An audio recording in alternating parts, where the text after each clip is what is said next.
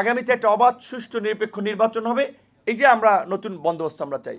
প্রশাসনের চালচিত্র আপনারা যদি লক্ষ্য করেন দেখবেন আগে ছিল একদিকে, এখন আবার আর একদিকে কিন্তু হেলতেছে। ক্ষমতা আসার আগেই যদি ওইদিকে হেলে যায় তাহলে এই প্রশাসন তো হাসিনার আমলে যাই ছিল একই কাজ হবে, একই কাজ হবে। এখন অনেকে প্রমাণে খুব ব্যস্ত, আমরা বিএনপির লোক, আমরা জামাতের লোক, আমরা বঞ্চিত ছিলাম। পুলিশ প্রধান একবার বলছে জানেন, বলছে যে ভাই বঞ্চিত, প্রমোশন দিলাম, পরে শুনি যে যৌন কেলেঙ্কারির দায়ে বরখাস্ত ছিল, সেও আইসা বঞ্চিত বলে প্রমোশন নিয়ে গেছে। ঘুষ এবং দুর্নীতির দায়ে চাকরিচ্যুত হয়েছে, সেও আইসা বলে বঞ্চিত। তো এই যে হঠাৎ করে আবার সবাই বিপ্লবী হয়ে যাওয়া, বিপ্লবের সবাই দোকানদার হয়ে যাওয়াটাও কিন্তু আবার অশুভ লক্ষণ। সেক্ষেত্রে আমরা প্রশাসনের একটা পেশাদারিত্ব চাই।